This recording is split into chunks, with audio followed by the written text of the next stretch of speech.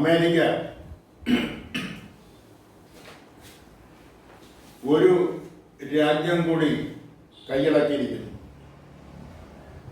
ഇന്ന് അവതരിപ്പിക്കാൻ ഉദ്ദേശിക്കുന്ന കണ്ണാടിയിലൂടെ എന്ന പരിപാടിയിൽ ആദ്യ ഇനമായിട്ട് ഉൾപ്പെടുത്തിയിരിക്കുന്നത് അമേരിക്ക വെനസ്വേലയെ കൈവശപ്പെടുത്തിയതും അവിടുത്തെ പ്രസിഡന്റിനെയും അദ്ദേഹത്തിന്റെ ഭാര്യയെയും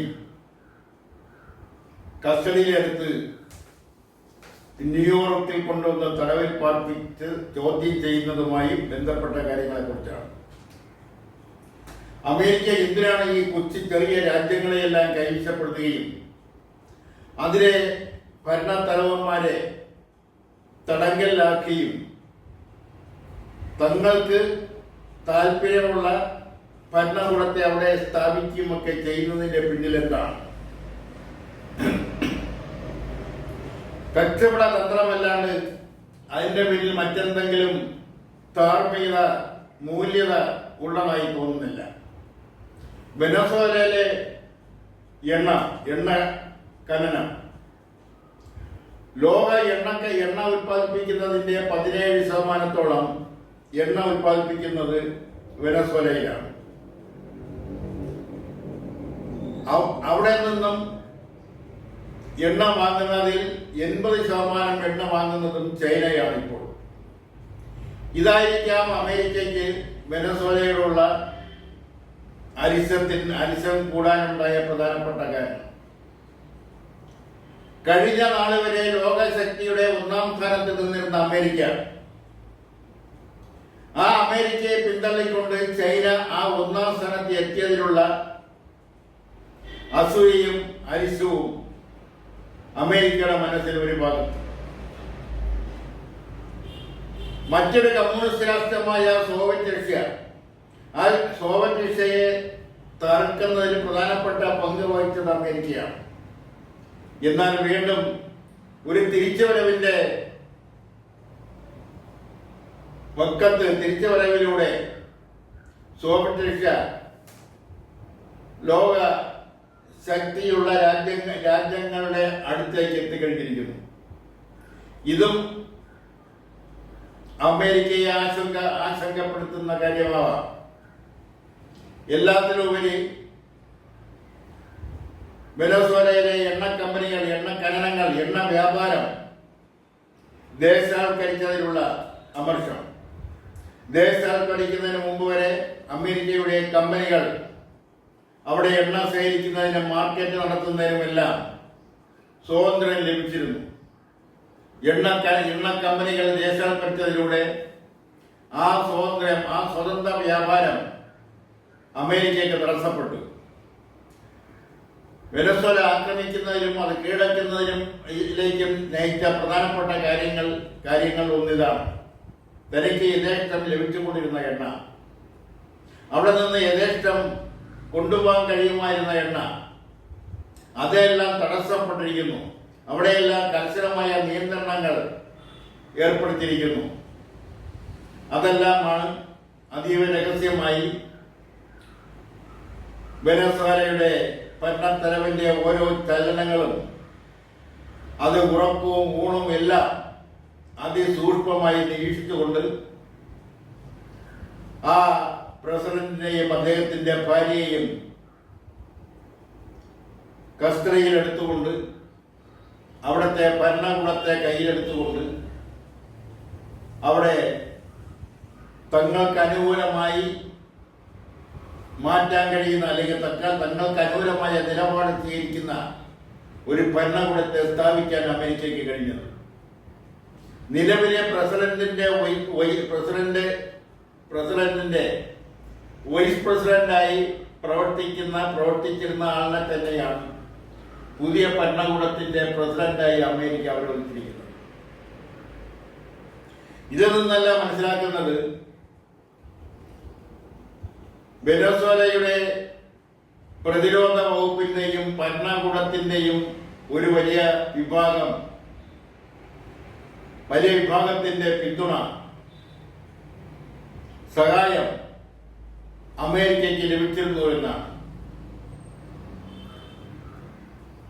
എന്തായാലും അമേരിക്കയുടെ നിലപാട് മറ്റൊരു രാഷ്ട്രത്തെ കൈയടക്കുന്നത്, അല്ലെ തനിക്ക് അനുകൂലമല്ലാത്ത തനിക്കെതിരെയുള്ള ശബ്ദങ്ങളെ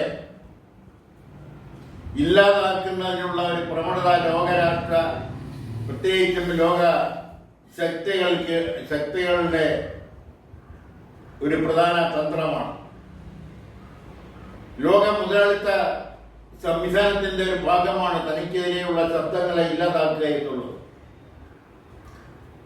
അത് മുതലാളിത്ത രാഷ്ട്രങ്ങളിൽ മാത്രമല്ല, മറ്റ് സംവിധാനങ്ങളിൽ നിലവിലുള്ള രാഷ്ട്രങ്ങളിലുമൊക്കെ തന്നെ അതാണ് ഇപ്പോൾ നടന്നുകൊണ്ടിരിക്കുന്നത്. അതിന്റെ ഭാഗമായിട്ടാവാം വെനസ്വേലയെ അമേരിക്ക കൈവശപ്പെടുത്തിയതും അവിടുത്തെ ഭരണകൂടത്തെ അട്ടിമറിച്ചുകൊണ്ട് പുതിയ ഭരണകൂടത്തെ തങ്ങൾ എല്ലാ കാര്യത്തിലും തങ്ങൾക്ക് അനുകൂലമായ നിലപാട് സ്വീകരിക്കുന്ന, അല്ലെങ്കിൽ തങ്ങൾക്ക് അനുകൂലമായ നിലപാട് അംഗീകരിപ്പിക്കാൻ കഴിയുന്ന ഭരണകൂടത്തെ സ്ഥാപിച്ചത്. ഇനി അതല്ല, ലോകരാഷ്ട്രങ്ങൾ, ഇന്ത്യ അടക്കമുള്ള ലോകരാഷ്ട്രങ്ങൾ വളരെ ജാഗ്രതയോടെയാണ് കാണുന്നത്. അമേരിക്കയുടെ ഇത്തരം സ്വഭാവം തനിക്ക് അനുകൂലമല്ലാത്ത രാഷ്ട്രങ്ങളെ കീഴടക്കുക, അവിടുത്തെ ഭരണകൂടത്തെ അട്ടിമറിക്കുക, അവിടെ തങ്ങൾക്ക് അനുകൂലമായ നിലപാട് സ്വീകരിക്കുന്ന ഭരണകൂടം സ്ഥാപിക്കുക തുടങ്ങിയതെല്ലാം എത്രയോ കാലമായി അമേരിക്ക തുടർന്നു വരുന്ന അവരുടെ രാഷ്ട്രതന്ത്രത്തിന്റെ ഭാഗമാണ്. ഒരു കാലഘട്ടത്തിൽ ഇന്ത്യയുടെ പ്രധാനമന്ത്രി ശ്രീ ജവഹർലാൽ നെഹ്റുവിനെ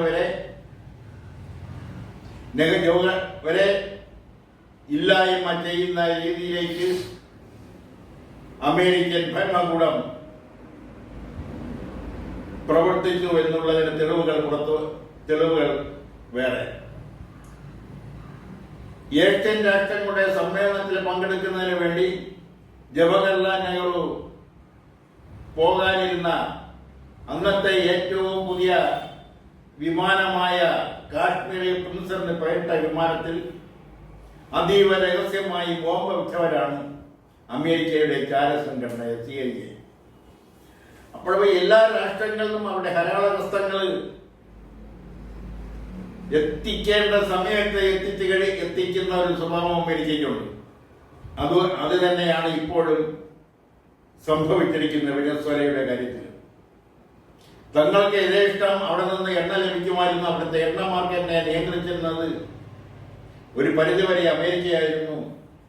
അതിന് തടസ്സം നേരിട്ടപ്പോൾ, അത് നടക്കാത്തൊരു സാഹചര്യം സംജാതമായപ്പോഴാണ്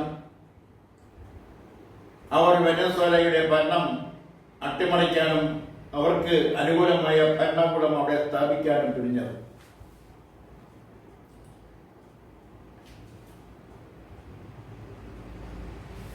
ഈ കഴിഞ്ഞ ദിവസങ്ങളിൽ കേരള രാഷ്ട്രീയത്തില് പ്രകമ്പനം കൊള്ളിച്ചുകൊണ്ടിരിക്കുന്ന പ്രകമ്പനം നടന്നുകൊണ്ടിരിക്കുന്ന ഒരു സംഭവമാണ്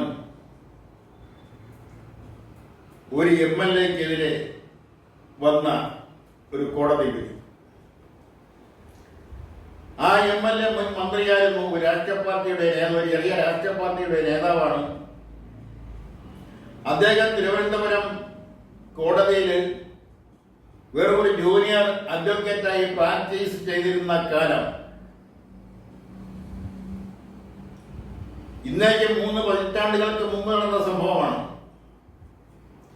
അന്ന് അദ്ദേഹം ഒരു തൊണ്ടി മുതൽ ആ കോടതിയിലെ ഒരു ക്ലാർക്കുമായി ചേർന്നുകൊണ്ട് ഒരു തൊണ്ടി മുതൽ മാറ്റി അവിടെ പകരം മറ്റൊരു തൊണ്ടി മുതൽ കൊണ്ടുവച്ച് ആ കേസ് ജയിക്കുന്നതിന് വേണ്ടുന്ന ഒരു സാഹചര്യം ഒരുക്കുകയാണ് ചെയ്തത്. അതിനെതിരെയാണ് ഇപ്പോൾ കോടതി വിധി വന്നിരിക്കുന്നത്. നിയമപരമായി അദ്ദേഹത്തിന്റെ നിയമസഭാംഗത്വം അസാധുവാക്കി.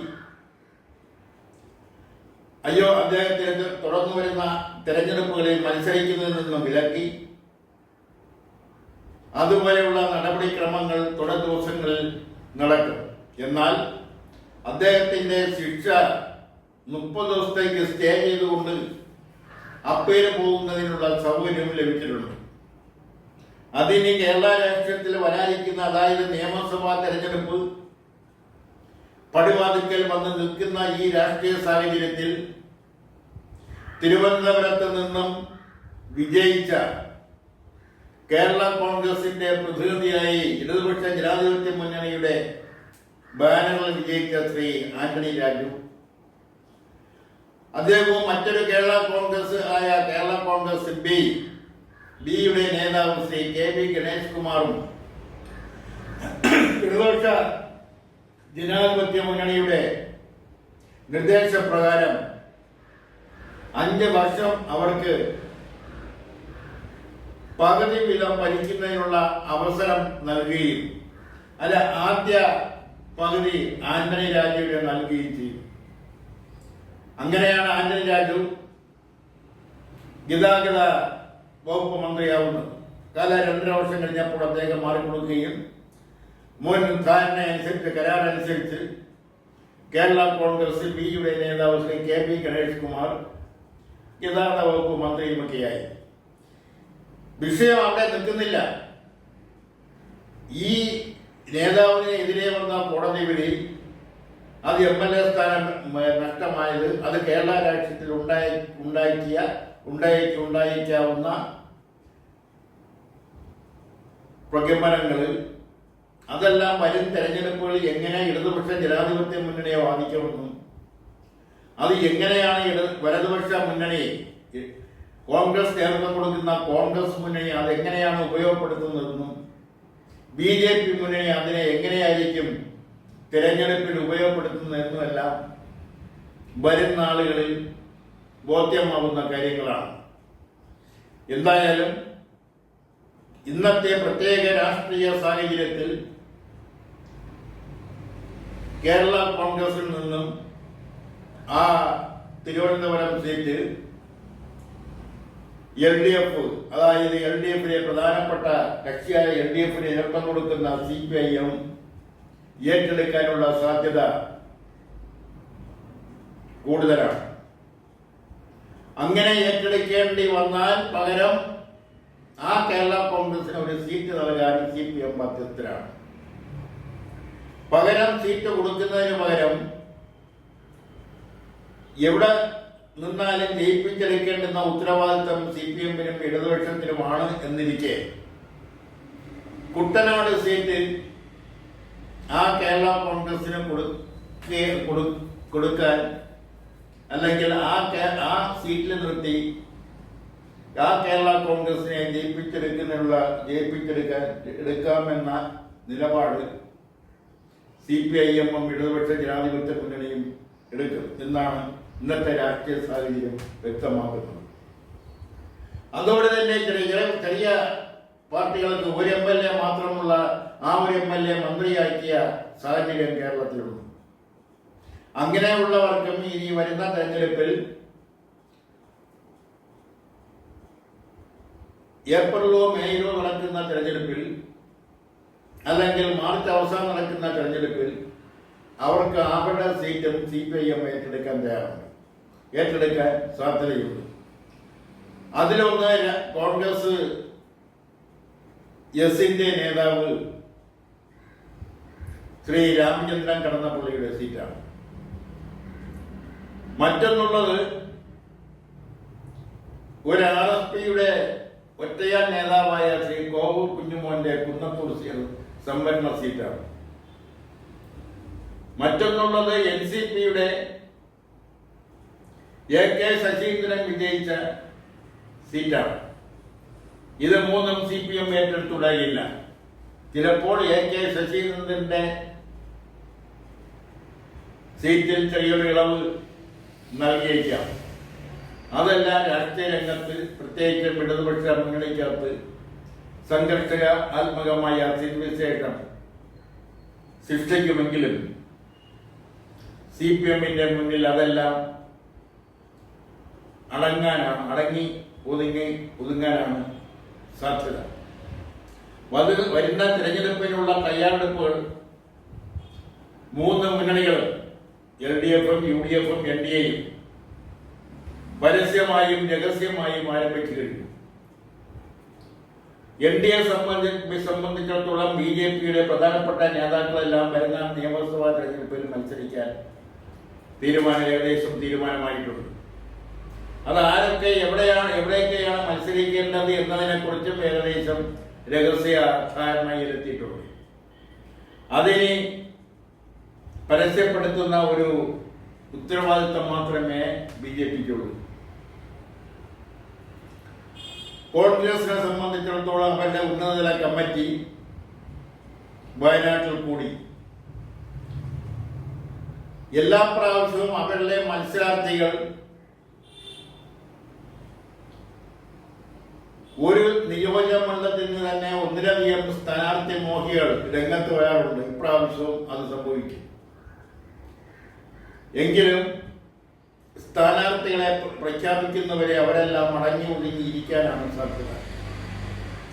കോൺഗ്രസിന്റെ പ്രബലരെല്ലാം മത്സരരംഗത്തുണ്ടാവുമെന്ന് ഏകദേശം ഉറപ്പായിട്ടുണ്ട്. പ്രതിപക്ഷ നേതാവ് രമേശ് ചെന്നിത്തല പ്രതിപക്ഷ നേതാവ് VD സതീശൻ, മുൻ പ്രതിപക്ഷ നേതാവും KPCC പ്രസിഡന്റുമൊക്കെ ആയിരുന്ന രമേശ് ചെന്നിത്തല, K. സുധാകരൻ മത്സരരംഗത്തുണ്ടാവുമെന്ന് ഏകദേശം ഉറപ്പായിരിക്കുന്നു. അതുപോലെ തന്നെ മുൻ KPCC പ്രസിഡന്റ് കേന്ദ്ര മന്ത്രിയുമൊക്കെ ആയിരുന്ന ശ്രീ മുല്ലപ്പള്ളി രാമചന്ദ്രൻ,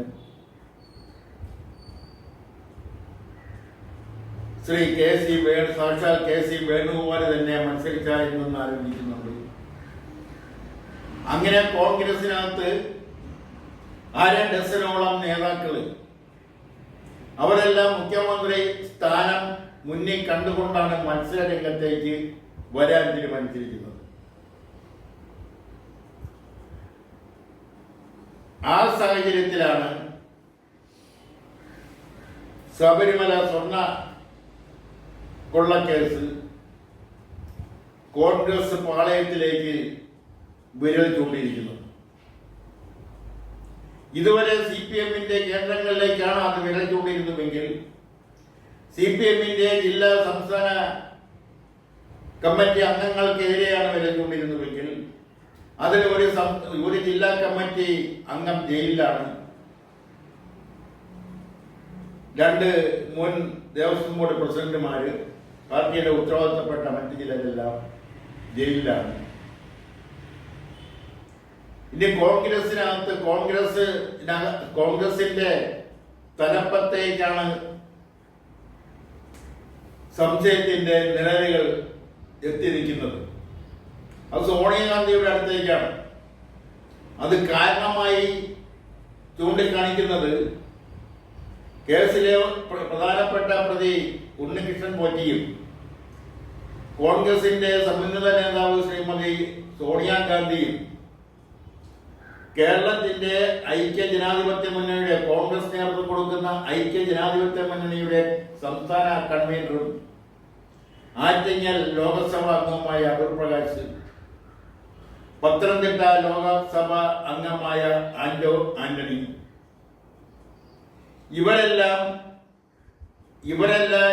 ഇവരെല്ലാവരുടെയും സാന്നിധ്യത്തിൽ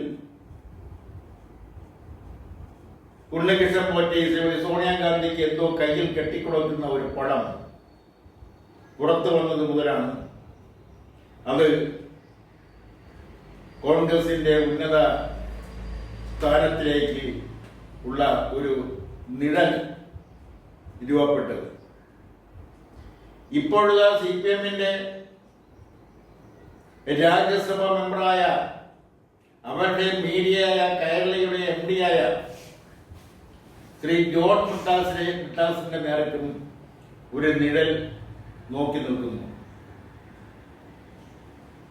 അതുകൊണ്ട് ശബരിമല കൊള്ളയുമായി അതിശക്തമായും അതിസ്വതന്ത്രമായും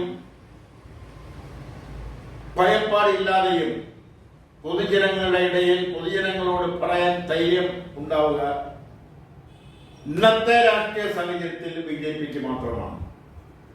അതെങ്ങനെ BJP മുതലെടുക്കും, എങ്ങനെ രാഷ്ട്രീയമായി ഉപയോഗപ്പെടുത്തും എന്നുള്ളതാണ് വരും ദിവസങ്ങളിൽ അല്ലെങ്കിൽ തെരഞ്ഞെടുപ്പ് പ്രചരണ യോഗങ്ങളിൽ പ്രതിഫലിക്കാനുള്ളത്. എന്തായാലും ശബരിമല സംഭവം അതിനോടനുബന്ധിച്ച് മറ്റ് ചില ക്ഷേത്രങ്ങളിലെ വിഗ്രഹങ്ങളും അവിടെ നിന്ന് കടത്തിയിട്ട് അവിടെയെല്ലാം ഇപ്പോൾ ഇരിക്കുന്നത് ഡ്യൂപ്ലിക്കേറ്റ് വിഗ്രഹങ്ങളാണെന്നുള്ള ഒരു പ്രചരണവും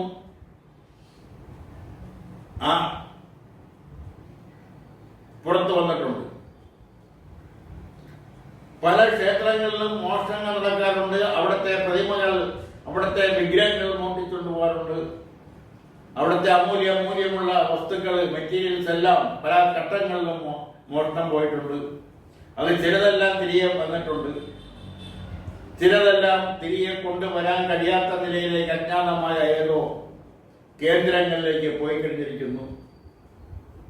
ഇതെല്ലാം കൂടി കണക്കിലെടുത്തുകൊണ്ടാണ് ഒരു കേന്ദ്ര ഏജൻസി, CBI പോലുള്ള ഒരു അന്വേഷണ ഏജൻസി ശബരിമല സ്വർണ്ണക്കൊള്ളയുടെ അന്വേഷണം ഏറ്റെടുക്കണമെന്ന് പല കേന്ദ്രങ്ങളിൽ നിന്നും ആവശ്യപ്പെടുന്നു. അത് ആദ്യം ആവശ്യപ്പെട്ടവരുടെ കൂട്ടത്തിൽ കോൺഗ്രസുമുണ്ട്. കോൺഗ്രസ് ഇപ്പോൾ വേണ്ടുന്നില്ല. കാര്യം സ്വർണ്ണക്കൊള്ളയുടെ നിഴലിന്റെ ഒരു വിരൽ കോൺഗ്രസ് കേന്ദ്രങ്ങളിലേക്ക് നോക്കി നിൽക്കുകയാണ്. ആ നിഴൽ കോൺഗ്രസ് കേന്ദ്രങ്ങളിലേക്ക് നോക്കി നിൽക്കുന്നതുകൊണ്ടാവാം. എന്തായാലും അതും വരും ദിവസങ്ങളിൽ വളരെയധികം ആകാംക്ഷയോടെ ജനങ്ങൾ നോക്കിക്കാണുന്ന ഒരു വസ്തുതയായി നിലനിൽക്കുന്നു. മറ്റൊരു കാര്യം എന്ന് പറയുന്നത്, ഹയർ സെക്കൻഡറി സ്കൂളിലെ അധ്യാപകർക്ക് കേടെക് എന്ന് പറയുന്ന ഒരു കോഴ്സ് കൂടി പാസ്സാവണമെന്ന നിർദ്ദേശം. ആ നിർദ്ദേശമനുസരിച്ചാണെങ്കിൽ ആ കോഴ്സ് പാസ്സാവുന്നതിന് ഹയർ സെക്കൻഡറി സ്കൂളിലെ അധ്യാപകർക്ക് 2 വർഷത്തെ സാവകാശമുണ്ട്. ഈ 2 വർഷത്തിനകം വെച്ച് അവർ ആ കോഴ്സ് പഠിച്ച് പാസ്സായിരിക്കണം. എങ്കിൽ മാത്രമേ അവർക്ക് തുടർന്ന് ആ ജോലിയിൽ തുടർന്നു പോകാനും പ്രമോഷൻ അടക്കമുള്ള കാര്യങ്ങളിലേക്ക് കടക്കാനും കഴിയും. അതിലുമായി ബന്ധപ്പെട്ട നിരവധി പരാതികളും ആക്ഷേപങ്ങളും രംഗത്ത് വന്നിട്ടുണ്ട്. അതല്ല, വിദ്യാഭ്യാസ രംഗത്തെ വിദഗ്ധരുമായും ഹയർ സെക്കൻഡറി സ്കൂളിലെ അധ്യാപക യൂണിയന്റെ പ്രതിനിധികളുമായി, രാഷ്ട്രീയ പ്രതിനിധികളുമായി ഒക്കെ ചർച്ച ചെയ്ത് അത് വലിയ പരിക്ക് ആർക്കും ഏക്കാത്ത നിലയിൽ വിദ്യാർത്ഥികളുടെ വിദ്യാഭ്യാസത്തിന് കോട്ടം തട്ടാത്ത നിലയിൽ അവരുടെ വിദ്യാഭ്യാസത്തിന് തടസ്സങ്ങൾ ഉണ്ടാവാതിരിക്കുന്ന നിലയിൽ അത് പരിഹരിക്കണമെന്നാണ് ഈ അവസരത്തിൽ അക്കാര്യത്തെക്കുറിച്ച് പറയാനുള്ളത്. മറ്റൊരു പ്രധാനപ്പെട്ട കാര്യം വീണ്ടും ഓർമ്മപ്പെടുത്താനുള്ളത് തിരഞ്ഞെടുപ്പിനെ കുറിച്ച് തന്നെയാണ്. നിയമസഭാ തെരഞ്ഞെടുപ്പിന് വേണ്ടി, അതിൻ്റെ പ്രവർത്തനങ്ങൾ ഏകീകരിക്കുന്നതിന് വേണ്ടി, അതിൻ്റെ പ്രധാനപ്പെട്ട കമ്മിറ്റികളെല്ലാം പുനഃസംഘടിപ്പിക്കുന്നതിന് വേണ്ടി, എല്ലാത്തിനുപരിയായി ഫണ്ട് ഉണ്ടാക്കുന്നതിന് വേണ്ടി, അതിൻ്റെ പ്രചരണത്തിൻ്റെ നേതൃത്വം ആർക്കായിരിക്കണമെന്ന് തീരുമാനിക്കുന്നതിന് വേണ്ടി ഓരോ ജില്ലയുടെയും ചാർജ്, ഓരോ നിയോജക മണ്ഡലങ്ങളുടെയും ചാർജ് ആർക്കായിരിക്കണം, ആ നിയോജക മണ്ഡലങ്ങളെ ആരെ നിർത്തിയാലാവും ജയിക്കാൻ കഴിയുക എന്നതിനെ കുറിച്ചൊക്കെ രാഷ്ട്രീയ കേന്ദ്രങ്ങളിൽ അതീവ രഹസ്യമായിട്ടുള്ള ചർച്ചകൾ നേതാക്കന്മാർ നടത്തിക്കൊണ്ടിരിക്കുന്ന രാഷ്ട്രീയ സാഹചര്യത്തിൽ, പലതും മറനീക്കി പുറത്ത് വന്നുകൊണ്ടിരിക്കുന്ന രാഷ്ട്രീയ സാഹചര്യത്തിൽ വരാൻ പോകുന്ന തെരഞ്ഞെടുപ്പിൽ ഭൂരിപക്ഷം ലഭിക്കുന്നത് ആർക്കായിരിക്കും? ഒന്നുകിൽ ഇടതുപക്ഷ ജനാധിപത്യ മുന്നണിക്ക്, അല്ലെങ്കിൽ ഐക്യ ജനാധിപത്യ മുന്നണിക്ക്. തൊട്ടടുത്ത് BJPയുടെ നേതൃത്വം കൊടുക്കുന്ന NDA എത്തും എന്ന കാര്യത്തിൽ സംശയമില്ല. അവർക്ക് ഒരു 3 or 4 ചിലപ്പോൾ 5 സീറ്റ് ലഭിച്ചാലും ആയി. ബാക്കിയുള്ള 140 സീറ്റുകളിൽ ബാക്കി വരുന്ന സീറ്റുകളിൽ ഭൂരിപക്ഷം ലഭിക്കുന്നു. അതായത് 5 സീറ്റ് BJP മുന്നണിക്ക് പോവുകയാണെങ്കിൽ ശേഷിക്കുന്ന 135 സീറ്റുകളിൽ ഭൂരിപക്ഷം സീറ്റ്